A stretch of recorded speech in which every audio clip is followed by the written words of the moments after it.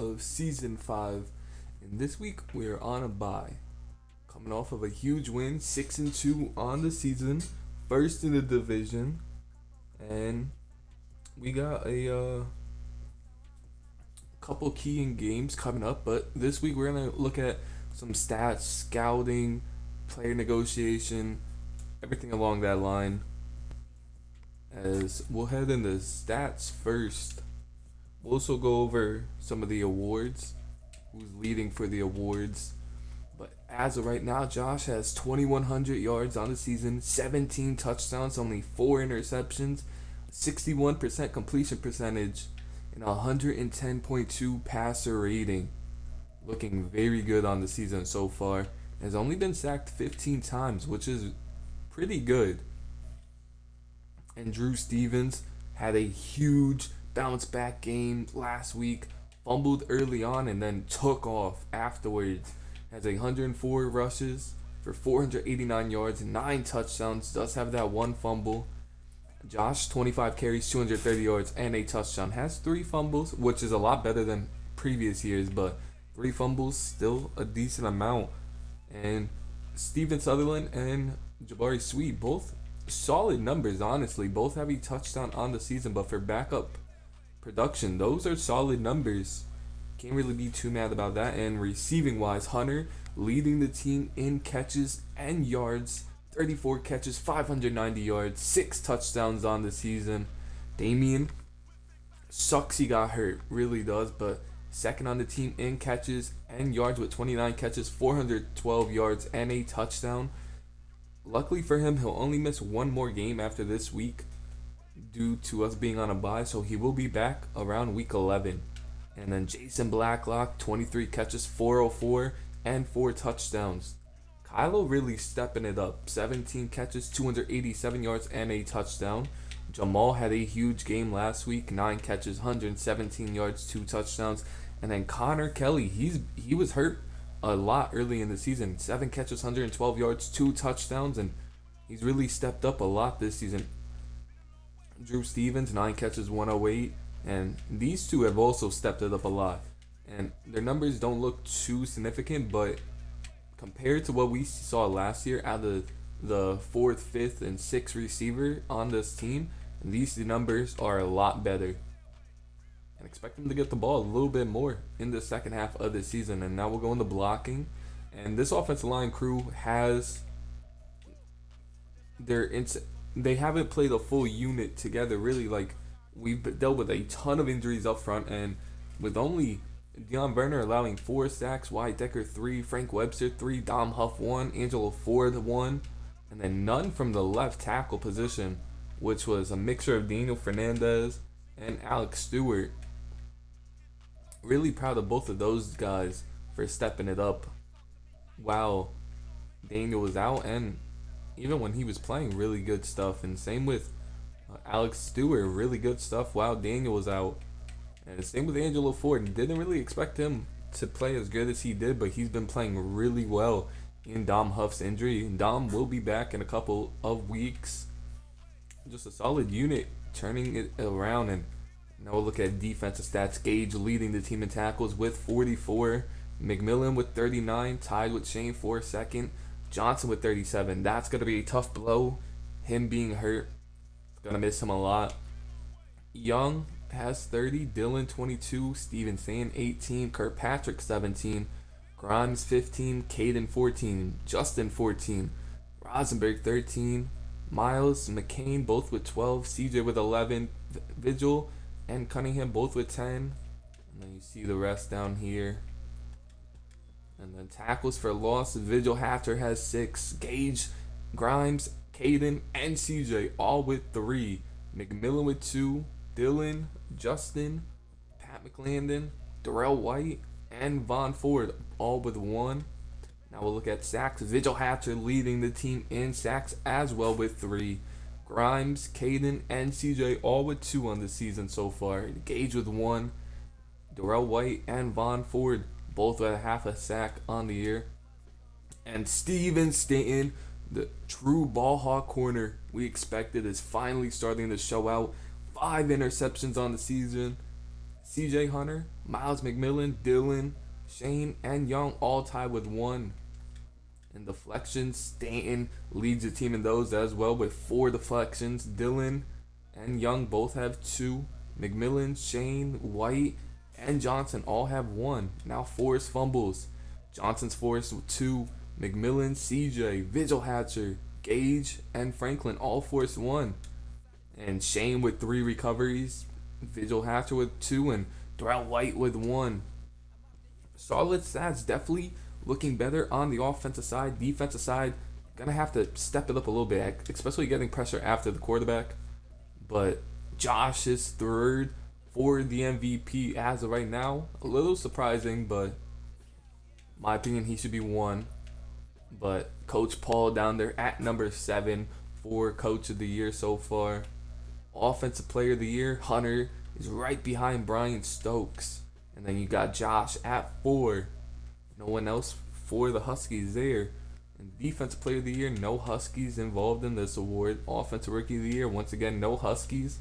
Defensive Rookie of the Year, no Huskies. Best QB, you got Josh at 2. And then best running back, you got Drew Stevens at 3 here. And then best receiver, you got Hunter at number 1. And sneaking in the top 10 right now is Jason Blacklock down at number 10. Best offensive line, no Huskies. A little shocking to see that, but banged up unit. No best defensive lineman. No best linebacker either. Best DB, you got Steven Stanton at number 1. No other Huskies make that list. Do we see Wilcox? He's on the Texans this year. That's something I do want to see how he's doing this year. But Sammy Leak, best kicker right now. I do want to go check Steven or Wilcox's stats, as I am a little interested to see how he's doing on a new team. See if he's even getting a ton of playing time. Wilcox, 39 tackles, 1 tackle for loss, no sacks, no picks, 2 pass deflections, having pretty much the same seasons he was having with us. So we saw what kind of player he was, and he hasn't improved leaving us. So that's a good sign. We'll look at player negotiations first, as we had 2 big signings, and this is another big one. CJ Hunter.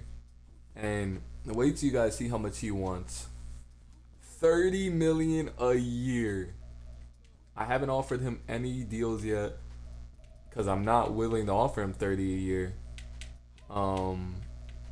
If he'd go down to around 25 for the first 2 years, I'd do that. And he signs. Okay. Did not expect him to sign that easily, but he did it. And thought he was honestly going to say no, but now we have a couple key offensive linemen with Daniel Fernandez, Wyatt Decker, both free agents. Don't know what I want to do with those positions just yet. Donovan Grimes, another big one.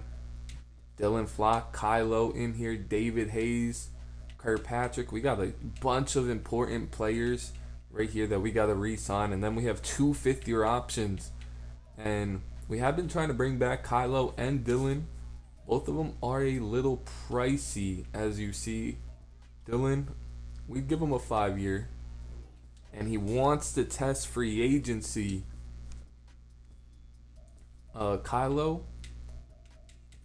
we'll give him around 6.5. And he re-signed. So we get Kylo back, but so far Dylan is a no-go. And Grimes is another one we do want to re-sign, but that is a little pricey as well for Grimes. Hasn't really lived up to a $10 million a year contract. He's on the fence, so that would also be interesting. And Rosenberg's another one. Definitely want to bring him back as a special teams type of player. Great backup. And he's reliable when he's called upon for special teams. And these two are also kind of interesting because they both are special teams players, but Miles Franklin has been playing a lot better recently. And then that's pretty much it for these guys here. But yeah, interesting free agency group, as I did not expect CJ to sign. So we signed all of our biggest guys that we wanted. Have a couple more guys that we're still looking at. But a really good job by the front office re-signing those players. And now we're going to look at some scouting. We have a couple of favorites. As you see, we're looking at a couple defensive tackles. Another, in my opinion, weak draft class. Haven't seen anything crazy. See a couple of good defensive tackles. Nothing crazy. Corners as well. You could always use more corners. Net corners come and go. But I like both of these guys' size. I just like to see their speed. And then free safety is another one, especially Young. He's been solid, but he hasn't been amazing. And once again, like all of these guys' size, they're all okay in zone. All decent tacklers. Just want to see their speed so we could see how good they are. And left guard, offensive line got to share it up as well as right here. Lamar Brown is probably our favorite prospect right now. As I know these are not confirmed stats, but though he's probably my favorite prospect right now, and I'd even reach on him if we had to. But those are the guys we're looking at right now. We'll definitely be adding a couple more late round guys to this list, like 5th, 6th, 7th round type of players. And we could look at the mock drafts real quick, who they have us going with. Only 2 mock drafts so far, and we'll see where they have us listed at, as we should be pretty far down there. We are. They have us at 28, picking a receiver. Don't know about that one. We don't really need a receiver. I think our receiving core is good, and Brandon Gibson, David Hayes, Kylo's brought back, but David Hayes and Brandon Gibson could all be brought back. But one last thing, show you the standings in the AFC.